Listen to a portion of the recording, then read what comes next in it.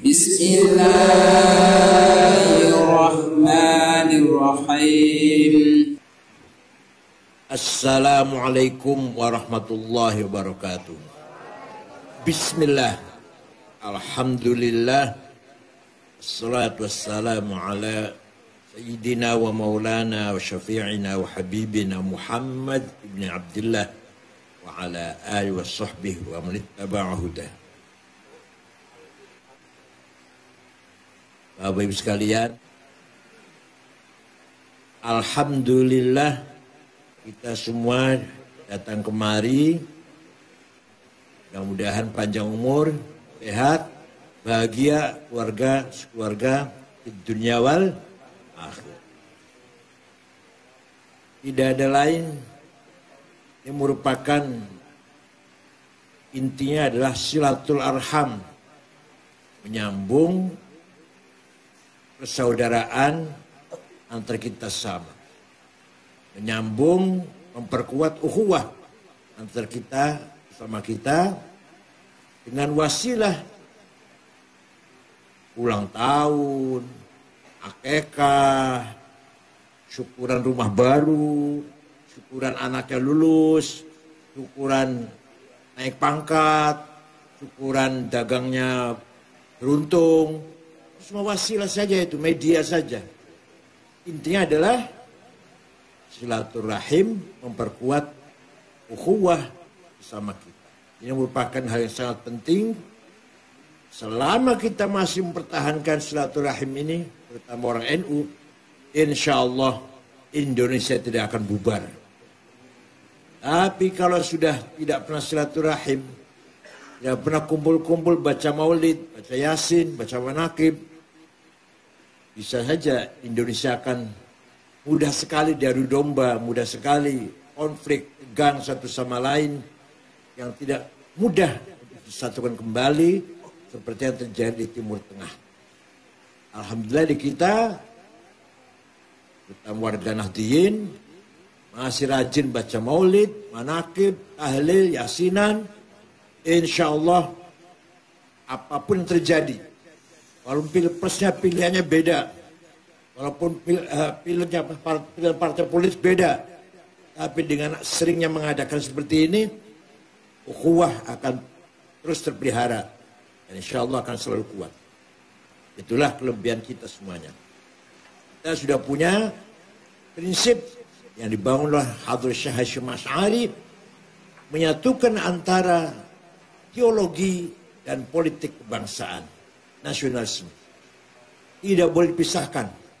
Dua prinsip yang nggak boleh dipisahkan. Hubbul watanal iman. Anda nasionalis harus beriman pada Tuhan. Anda beriman pada Tuhan harus nasionalis. Beda dengan Timur Tengah. Timur Tengah yang nasionalis saja, tidak ada semangat Islamnya. Yang Islam saja, tidak ada pernah menyuarakan watoniyah atau nasionalis. Itu di Timur Tengah, di Arab. Di kita alhamdulillah, Kiai Hasyim Asy'ari, Kiai Wahab, Kiai Dam Khalid, dan kiai-kiai yang lain, pejuang muslim dan sekaligus juga pahlawan nasional. Pejuang agama Islam, dakwah Islam, sekaligus juga pejuang kebangsaan nasionalis di Indonesia ini. Oleh karena itu, pandangan NU sejak dulu memperkuat tanah air dulu. Kalau tanah air sudah kuat, ayo kita apa saja aktivitas kita di atas tanah air yang kuat akan berhasil. Kalau tanah air aja masih konflik, belum kuat, sudah syariat, Islam, negara Islam, khilafah. Nanti khilafahnya gak tercapai, bentroknya iya. Khilafahnya gak akan tercapai itu. Tapi konfliknya iya itu sudah jelas. Kan Islam, syariatnya gak tercapai, konfliknya iya. Alhamdulillah di kita pandangan NU Kiai Hasyim Asy'ari, yang penting tanah air kuat dulu. Di atas tanah air yang kuat lah kita bangun masjid, kita bangun madrasah, kita dakwah, kita ceramah, kita istighotsah, maulid Nabi. dengan bebas dan leluasa. Bangun madrasah, bangun pesantren tanpa izin. Izinnya gampang diatur belakangan. IMB-nya belakangan. Bebas di kita ini. Coba di Saudi. Ingin bangun madrasah sampai mencret gak akan bisa. Karena gampang. Bangun masjid itu orang swasta, gak bisa. Harus izin yang berbelit-belit. Hatta di negara-negara yang paling, kalau Mesir paling masih bisa Mesir. Kalau di Saudi, apa Irak, apa Kuwait, apa Qatar, ujung-ujung saya entengin sana yang bangun masjid, gak akan bisa itu. Kita ya Allah masih bangun, dapat minta bantuan dengan seser ya, dengan apa namanya? Dengan baskom di tengah-tengah jalan. IMB-nya nggak ada itu, nanti belakangan IMB, belakangan lah IMB. Itulah kita ya. Pesantren, majelis taklim, madrasah, nggak ada IMB-nya semua itu. Gampang belakangan itu diurus. Ini luar biasa kehidupan kita di sini di Indonesia. Bi amnin wa aman, wa mahabbatin wa bi'am. Aman, damai, penuh dengan persaudaraan. Tinggal mari kita tingkatkan iman kita. Jangan sampai iman kita hanya karena keturunan. Jadi kalau kita ditanya, Anda percaya nggak ada Allah? Percaya. Kata siapa? Kata ayah, kata kiai. Ini salah itu. Salah itu. Anda beriman pada Allah? Ya, kata saya. Namanya akidah itu harus dari hati. Kata saya. Allah itu ada. Tuhan itu ada satu Allah. Wahdahu la syarikalah. Anda percaya pada Nabi Muhammad? Percaya. Kata siapa? Kata saya. Percaya pada Quran? Yakin itu wahyu dari Allah. Kata saya. Percaya pada malaikat? Ada malaikat. Kata saya. Percaya pada hari kiamat? Kata saya. Kalau anak kecil pertama kali kata Ustaz, kata Kiai. Kalau kita udah dewasa mungkin udah jenggot-jenggot begini. Itu sudah seperti saya mau pamitan sudah. Masa imannya masih katanya ayah, kata guru, kata kiai. Seperti saya ini udah tua begini harus kata saya. Yakin Allah itu ada. Muhammad nabinya Allah, Rasulullah. Kitab suci Al-Quran, malaikat, hari kiamat, jannah wan nar, wal iqab, khair wa syarri min Allah, takdir Allah. Harus yakin dalam diri kita sendiri. Bukan sekedar katanya. Kita udah dewasa, udah tua. Masih katanya terus. Paham tidak? Karena itu, saya sudah tua ini kalau dalam zikir harus ada kelasnya. Kelas pertama, zikirnya orang awam. La ilaha illallah, la ilaha illallah. Lisanhu yaqul la ilaha illallah wa qalbu ghafil an ma'na. Mulutnya bilang, mengucap la ilaha illallah, la ilaha illallah. Hatinya mol. Hatinya kemana? Atau kemana lagi? Pasar. Orang awam itu. Ya, lumayan lah daripada dangdutan. La ilaha illallah qalbu ghafil an ma'na. Masa kita mau zikirnya seperti itu terus, sudah tua gini? Naik kelas dong. Naik kelas. Astani. Lisanu yaqul la ilaha illallah. Qalbuhu yani bima'na. Tafaqquh bima'na. Kita mengucap la ilaha illallah, hatinya ikut maknanya. Tidak ada Tuhan yang hak disembah kecuali zikir kita beratus-ratus nggak mujan karena kosong.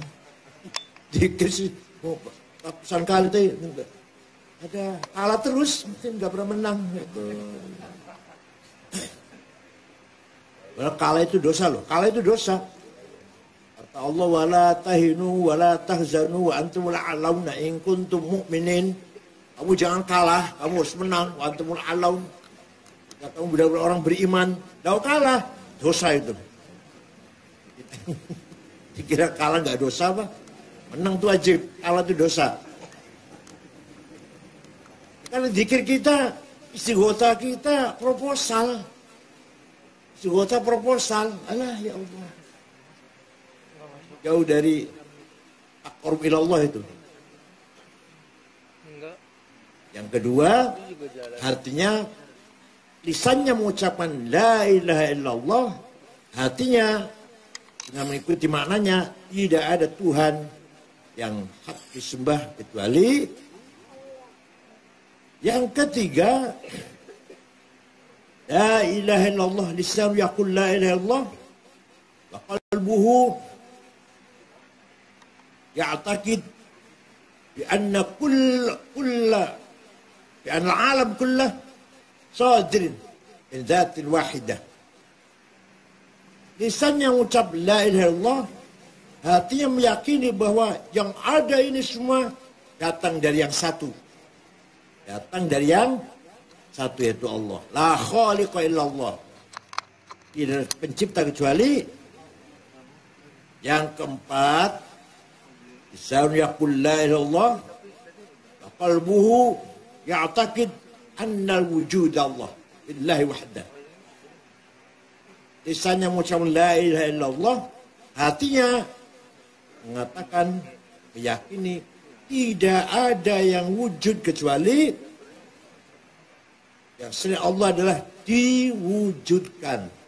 Kalau Allah lah yang wujud sebenarnya, ini hanya diwujudkan. Nanti pun akan ditiadakan. Nanti pun kita akan diakhiri wujud kita. Kita dipinjam saja, wujud kita dipinjemin oleh Allah. Sampai kapan nggak tahu. Siapa tahu nanti pulang dari sini dia. Diminta sudah. Jadi yang paling peak adalah, yang paling puncak pikir adalah la wujuda illallah. Itu arti daripada la ilaha illallah. Dan demikian maka para ulama sufi mengajak kita semua belajar fana. Fana itu apa? Fana itu lebur, tiada. Nah, fana ada 3. Semua orang mukmin, orang muslim, orang mukmin harus fana an ibadatis siwa.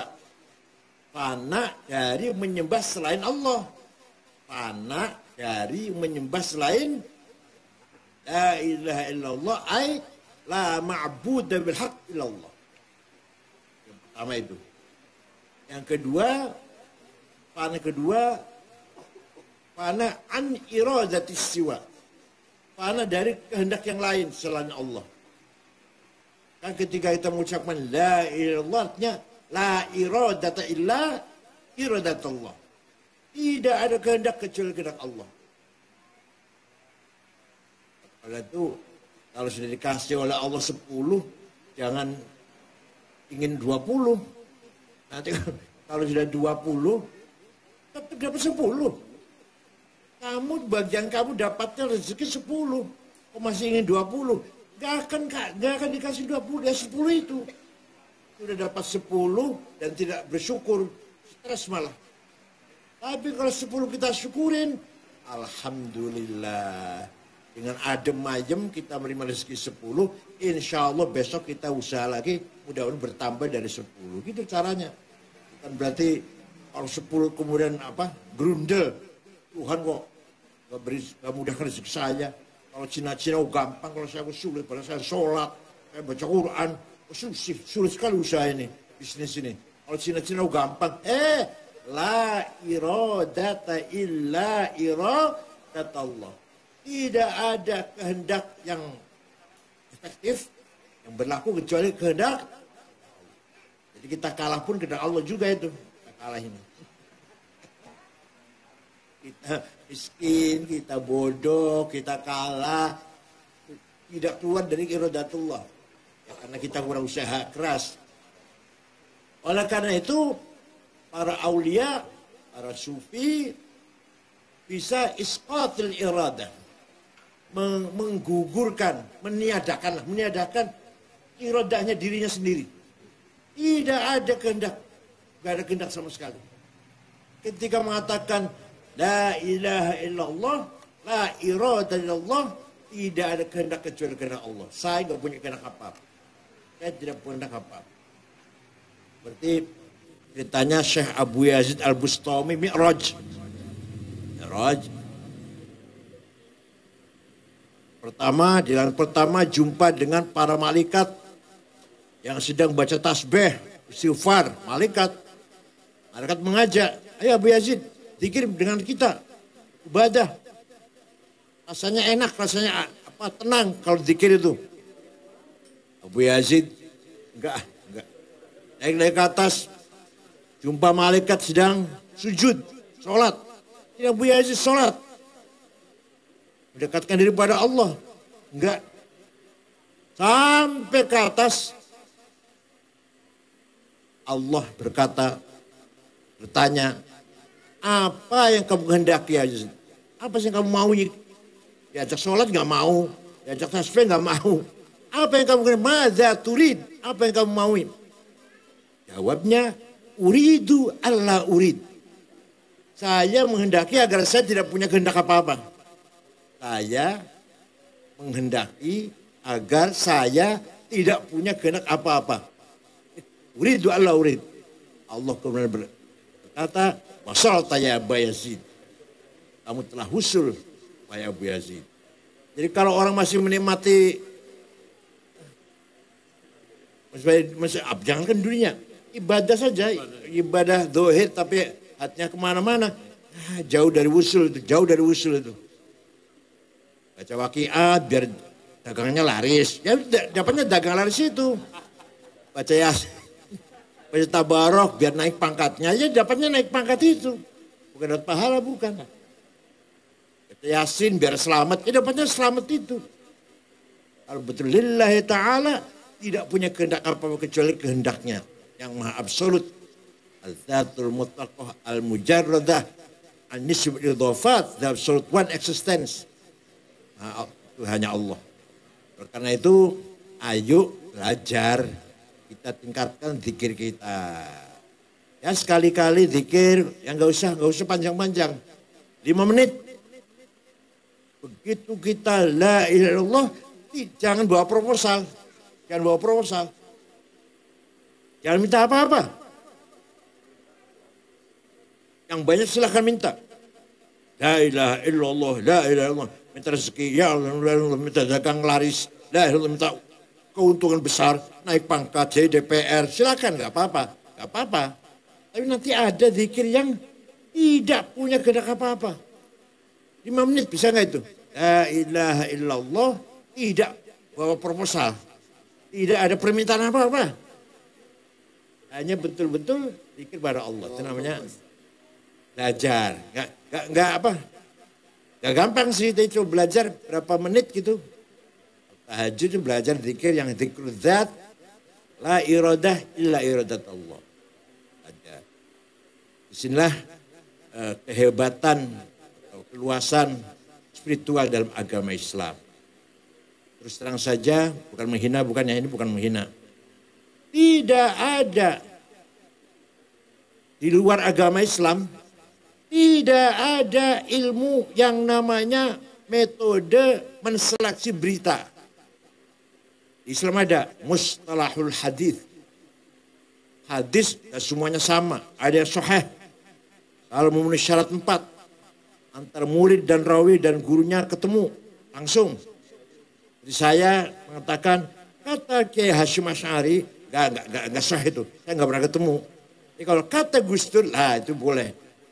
Yang kedua, gurunya itu dhabit, enggak pernah lupa. Ingatannya kuat. Yang ketiga, thiqah. Tidak pernah melakukan hal yang remeh-remeh. Mencuri sendal di masjid, enggak pernah.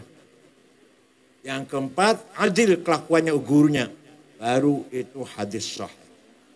Kurang 1, turun hasan.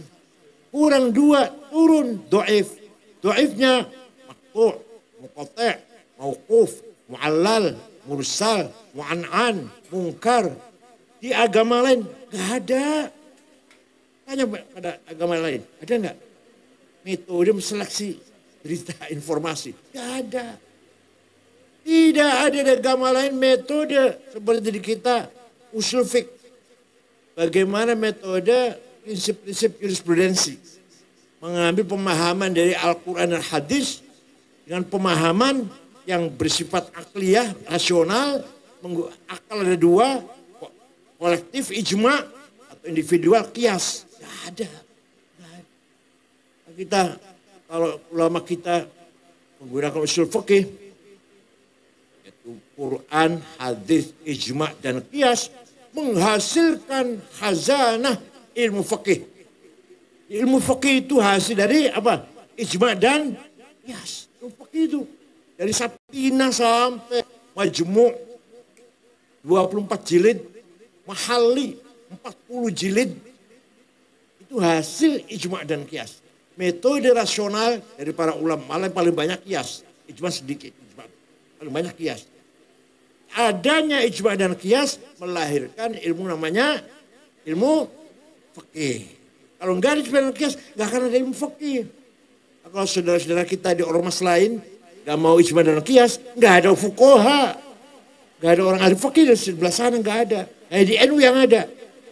Munas 2 hari. Munas 2 hari. Bisa menyelesaikan pertanyaan 15 pertanyaan. 2 hari beres. Kalau bukan NU, 2 tahun barangkali belum beres itu.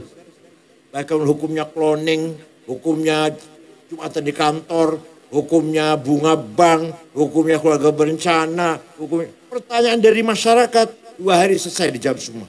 Dengan penuh tanggung jawab, bukan hanya jawab asal-asalan. Karena apa? Karena ada metodologi namanya ijma dan ya, melahirkan ilmu namanya fikih. Tanpa ijma dan qiyas nggak akan ada ilmu fikih. Sudah dibahas Pak Ulil, sudah bahas fikih tambang katanya. Nah, tidak ada di lain agama Islam ilmu tajwid. Baca Taurat, baca Injil harus ikhfa, izhar, idgham, iqrab, qalqalah, mad lazim, mad jaiz, huruf halaq. Enggak ada itu. Di kita baca Quran ada aturannya. Ada idgham, ikhfa, iqrab, izhar. Huruf halaq ada panjang ada pendek harus benar. Bukannya itu, ada qiraat sab'ah.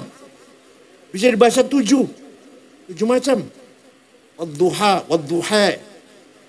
Kemarin nggak ada itu. Betul, dia luar biasa. Khazanah yang dibangun oleh ulama ini, ulama Islam, luar biasa. Nah, itu tumbuhnya peradaban ini di abad kedua dan ketiga, dan seterusnya. Abad pertama belum. Abad pertama, para sahabat berjasa besar menyebarkan Islam. Dari Madinah sampai ke Maroko. Uqbah bin Nafi' sampai ke Maroko, mentok, pol, habis Afrika Barat, sampai turun ke laut, dan kudanya itu, kalau saya lihat di sana masih ada daratan, saya akan ke sana. Karena dilihat nggak ada daratan, balik lagi. Nah, karena melihatnya ke barat, coba kalau lihatnya ke utara, ada Spanyol. Nggak ada. Kalau lihatnya ke utara, ada Spanyol. Balik lagi, di Aljazair, di kota Basrah, dibunuh oleh orang barbar. Ya, kuburannya sekarang ada di Basrah di Aljazair. Dari ke timur Qutaibah bin Muslim sampai masuk perbatasan India, Asia Tengah, itu sahabat. Tapi belum membangun peradaban. Baru dakwah Islamnya, nasrul dakwatul Islamnya. Nah, Islam tersebar luas, baru diisi dengan peradaban tokoh-tokoh ulama. Salah hadis digagas oleh Syihabuddin Rama Hurmuzi, tafsir digagas oleh Imam Abu Ja'far At-Tabari, usul fiqh digagas oleh Imam Syafi'i, tajwid digagas oleh Abu Ubaid Qasim bin Salam, nahwu digagas oleh Imam Sibawayh, balaghah digagas oleh Amr bin Ubaid, dan seterusnya. Itu baru abad kedua, ketiga, dan bukan pertama, belum ada ilmu abad pertama. Ada sih ada tapi sedikit. Oleh karena itu betapa besarnya jasa para ulama-ulama itu. Hanya kita kadang tidak bangga dengan khazanah, nggak bangga. Kita nggak bangga dengan fikih. Ya Allah, itu merupakan produk ulama itu, ulama kita. Kita nggak bangga punya ilmu tajwid. Kita nggak bangga punya ilmu qiraat. Kita nggak bangga punya ilmu nahwu, balaghah yang mencakup 3 ilmu, ma'ani, bayan, dan badi'. Memahami kesusastraan keindahan bahasa Al-Quran. Akhirnya ilmu balaghah yang menciptakan adalah Amr bin Ubaid. Ilmu kalam ilmu perdebatan skolastik. Itu oleh Wasil bin Atha. Luar biasa peradaban Islam. Gagas oleh para ulama-ulama itu. Dan sekarang kita kadang tidak bangga dengan ilmu itu. Hingga pesantren pun banyak yang meninggalkan ilmu-ilmu itu. Masih ada sih, pesannya masih mendalam itu masih kebanyakan. Pesan modern sudah nggak doyan itu sudah. Usul fikih paling arahan Abdullah bin Khalaf kecil itu. Tapi kalau di Ploso, di Sarang masih ada Jam'ul Jawami, Ghayatul Usul. Pokoknya Fathul Wahab masih dibaca itu. Alhamdulillah masih kokoh kita pertahankan peradaban Islam, peradaban khazanah digagas oleh para ulama-ulama intelektual muslim. Ini saya bicara begini supaya kita merasa bersyukur dan bangga jadi orang Islam yang punya khazanah luar biasa yang tidak dimiliki oleh orang lain, agama lain gak punya. Oleh karena itu, monggo mari anak kita dipesantrenkan. Cari pesantren yang di dalamnya ada SD, SMP, SMK lah, sambil ngaji. Ayo, saya beri taruhan. Kalau ente punya anak 2, 1 pesantren, yang 1 tidak. Ayo hasilnya ayo, lihat. Yang 1 insya Allah menjadi anak yang birrul walidain. Yang 1 nggak tahu saya, nggak ikut tanggung jawab saya. Kalau yang di pesantren, saya jamin insya Allah jadi anak yang soleh birrul walidain. Taat pada 2 orang tua. Tapi yang enggak pesantren, wallahu alam dengan adanya YouTube, adanya TikTok, adanya aduh ya Allah. Ya memang di YouTube tuh ada ceramah saya banyak sekali. Ceramah saya banyak sekali, bagus kan. Tapi setelah lihat ceramah saya, ada iklan obat kuat. Dosa itu. Obat kuatnya enggak apa-apa, Paling saya butuh lah obat kuat. Tapi gambarnya itu haram dilihat. Kalau ente menikmati gambar itu, jadi saksi di akhirat nanti. Jadi saksi. Jadi saksi orang zina nanti. Monggo anak-anak kita dipesantrenkan. Alhamdulillah, pesantren masih banyak yang berkualitas, yang masih mempertahankan nilai-nilai peradaban Islam yang ulama salaf. Sampai juga ada beberapa perkembangan yang modern. Karena itu saya mengajak semuanya dengan menghadapi era yang globalisasi ini, satu aja yang paling penting. Kita bangga, kita ingin tahu, kita ingin paham khazanah Islamiyah. Itu aja. Harus memahami khazanah Islamiyah. Kalau kader NU nggak paham itu, percuma itu. Kader NU. Malah pengurus malah ya. Pengurus malah di PNU-nya itu. Enggak paham itu, percuma itu. Ya Allah. Apanya perjuangan apanya? Ini perjuangan itu apanya? Kalau nggak memahami itu semuanya. NU memperjuangkan khazanah Islam yang menjadi berkembang melalui pesantren, pendidikan pesantren. Itu tugas NU itu. Yatafaqahu fid-din wa yanzuru qauman idza raja'u ilaihim. Generasi NU paham dengan agamanya dengan benar dan akan memimpin dakwah. Yunziru qaumahum idza raja'u ilaihim. Memimpin dakwah, mengajak masyarakat bangsa yang beriman dan berakhlak. Alhasil insyaallah kalau pernah pesantren ada ciri khas, ada syu'ur, Allah syu'ur. Tanpa disadari dia akan fanatik atau akan kuat memegang iman Islam itu kalau dalam pesantren. Bukan hanya simbolik, bukan hanya pelang, bukan hanya nama. Oleh karena itu, sekali lagi, asy'ur dini, kepekaan beragama. Kepekaan beragama dengan pemahaman yang benar. Itu yang penting. Bukan fanatisme yang emosional. Bukan. Quran banyak sekali ayat Quran melarang kita emosi. Wala tasubbul ladzina yad'una min dunillahi fasubbullaha adwan bighairi ilm. Kamu jangan mencaci maki orang yang tidak menyembah Allah. Coba Quran. luar biasa. Wala tasubbu alladzina min dunillah, kamu jangan mencaci maki orang yang tidak menyembah Allah. Artinya apa? Al-dakwah jangan pakai emosi. Kalau di Jakarta malah khutbah Jumat malah menjadi panggung emosi meledak-ledak.